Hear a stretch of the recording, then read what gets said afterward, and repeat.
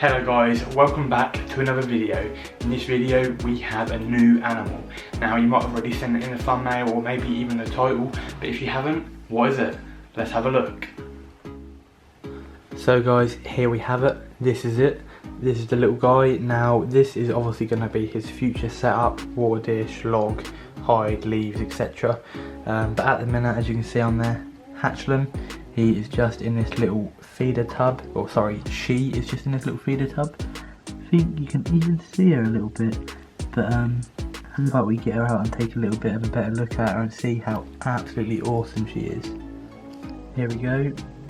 This is the female albino 100% het snow western hognose, and look how stunning she is.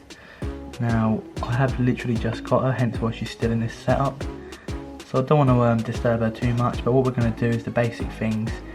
Give her a little health check, make sure she is all okay, fit and healthy. As you can see, she looks pretty good. I did give her a rough weigh earlier on, 17 grams, but what I'm going to do is do it in the tub so she's a bit more calmer and a bit more still, and hopefully we can get her on the chart and get her weight monitored and hopefully go up in weight. But yeah, isn't she just stunning? Look at that. Hopefully I'll try and get some B-roll footage for you.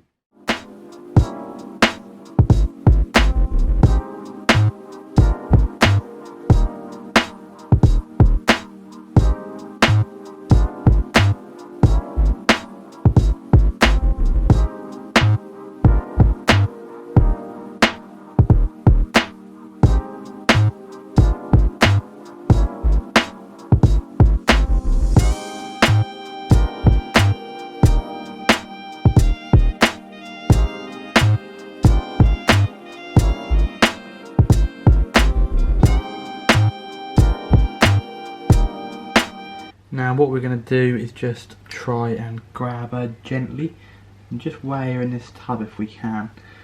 I know they are a little bit grumpy, so I don't want to upset her too much, but there we go. I just want to pop her in, and yep, I said 17 earlier and that is 16, so that will do there. Now while she is in the tub, I'm not going to disturb her too much, but you can get just a bit of a better look at the pattern and the body and the coloration, because I didn't actually even expect to be buying her today. I didn't even have it in my plans. I did want a western hognose, and I had for a very long time, but I knew the right one would come up, and it has. And if I can help it, I don't like getting them sent to me or shipped, and she was at my local store, so how easy was that for me? And obviously a female does tend to get a bit bigger in western hognoses, so that is always good, and I absolutely love them because they are rear-fanged venomous snakes, and their large scales get really big when they get older, and they look really cool. But yeah, this is our newest addition, so if you guys can come up with a name, that would be really cool. So what we're going to do is we're just going to put her back gently. Now if I can help it, I don't really need to pick her up and try and upset her. She's still very little, very fragile, so what I'm going to do is just put her in here for the time being. Hopefully she'll slide down in a minute. There we go, and she's in. And what we're going to do is get a little rub set up and just have it on a heat mat just up there, because as you can see, oh, if it will focus, no, there we go, maybe not. So yeah, as you can see, she's still quite little, and I feel like this tub is obviously way too small, but this plastic Exo Terra one is way too big. I don't want her to feel threatened and like she's always hiding away. So a little bit of a smaller tub to start with, hopefully get her feeding okay. I was told she's taken one pinky, so that's a great start, and it was unscented. But like I say, I'm going to go pop out and get her a little tub now, get her set up in there and leave her to settle in for a few days and try and feed her. But then other than that, she'll be moved into here as she gets older, and then into a vivarium, most likely this one here. This houses my ball python, as you can see in there. But he is now way too big for this, so he's got his upgrade literally on the way, and that will be going along all of this front instead of just that little end. That tank is getting moved up and a lot is happening. So yeah, if you guys got any names for her, that would be really cool.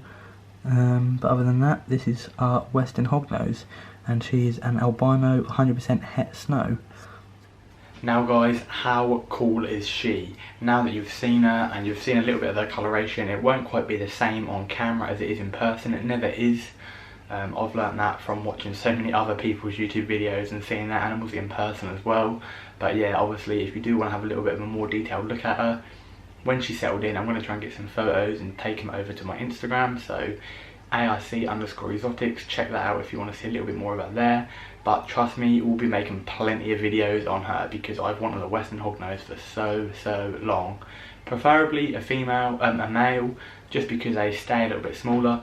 But because we've got that wooden tank right there, which is soon going to be available, the time she gets bigger and bigger, obviously she's got that for now, and then she'll have that, it will be ideal.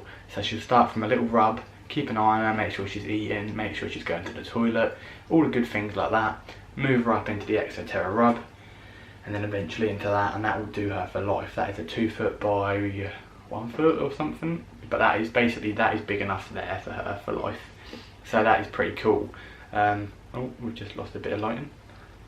There we go.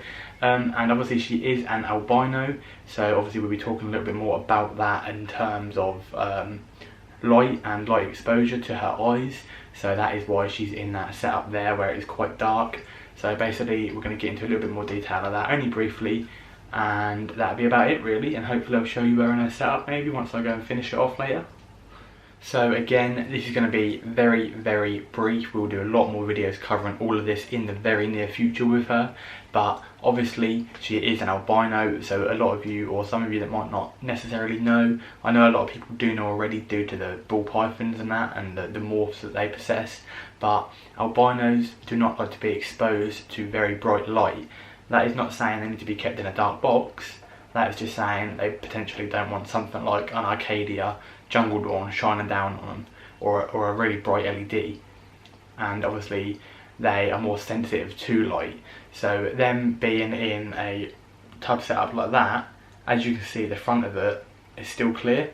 So they'll get the natural room light, like now, pretty bright enough. I mean, you can even see the opening to the hide there. So that is just a normal day cycle, day and night cycle, but she won't be exposed to high amounts of light.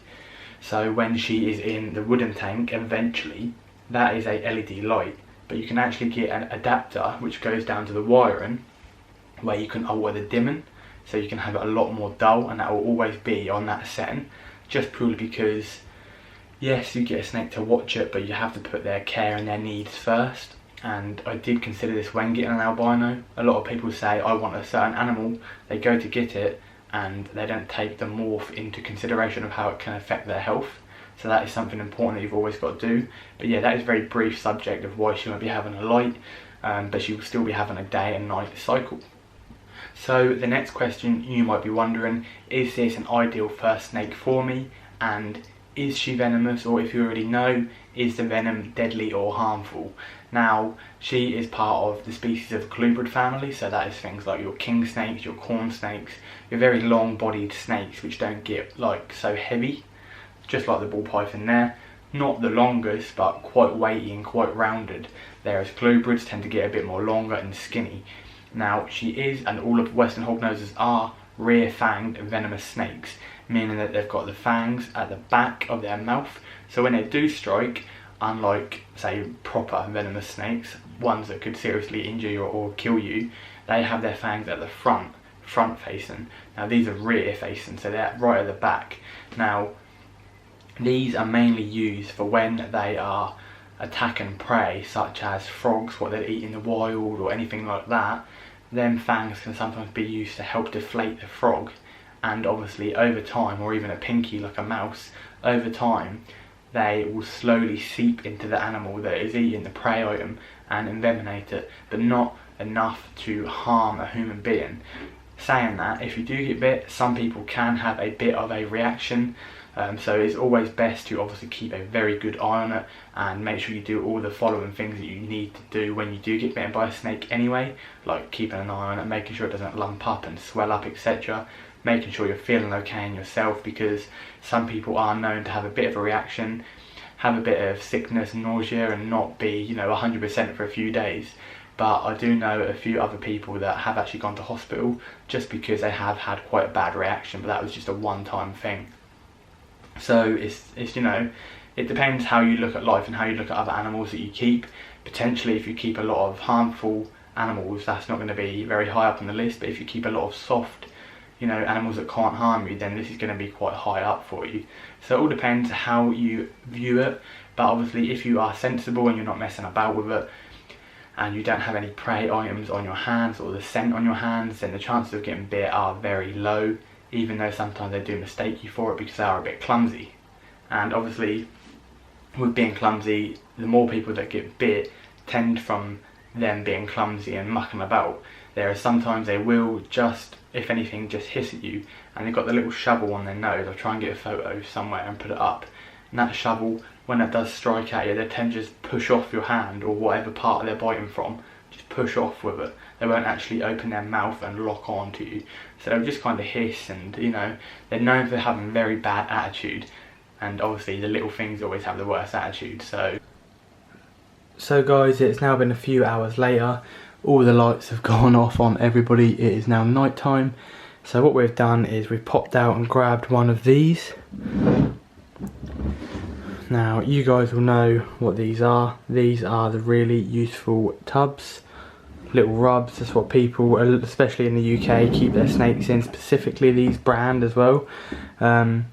Completely safe. It all says on the back here, not sure if you can see that, max temp AEC min -15. So yeah, all safe, and all you got to do is just drill a few little holes either side. I have them on that side and that side just for circulation. Smooth them off so they can't cut your snake. Drill them from the inside so the sharp bit is on the outside. And yeah, he'll be going into this for the time being, or she, just to make sure she's eating, drinking, pooping, everything. So yeah, let's set this up just like this. There we go, that is all done. So we have a shallow water dish just here. Obviously that will get bigger in time, so he can get into it if he needs help shedding or if he wants to cool off. He's got a pretty cool, or she, I keep saying he, I'm so used to having boy snakes. She can go under there, and there's another little gap around there for her, and obviously she can go on top as well. We've got a good layer of aspen there for her to burrow under with her little shovel nose, and we've got some artificial plants if she fancies a change. Now I did try to fit in this bit of log, but it was just too big, but obviously she will be going from that to that, and then from that to that. So I'm sure it will fit in sooner or later, but she is here and she's ready to go in, so let's add her in. So there we go, that is the best I could set the camera up. So now we're just going to get her out and get her in. She did hiss at me earlier as well, so she's a little bit annoyed, but it's been a long day, so.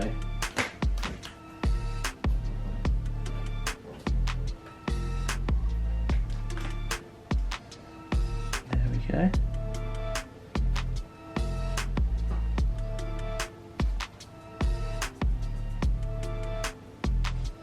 And she's in. So there we go guys, that basically has it. I know the lighting's not the best, I did leave it a little bit late to film the end of this video, but she is in. She's got her ventilation, she's got her hide, her log, her hide, her water dish, her leaves, her bedding, and we're just going to hook the heat mat up onto the base of this rack and plonk her on top of there, and that should keep her nice and warm.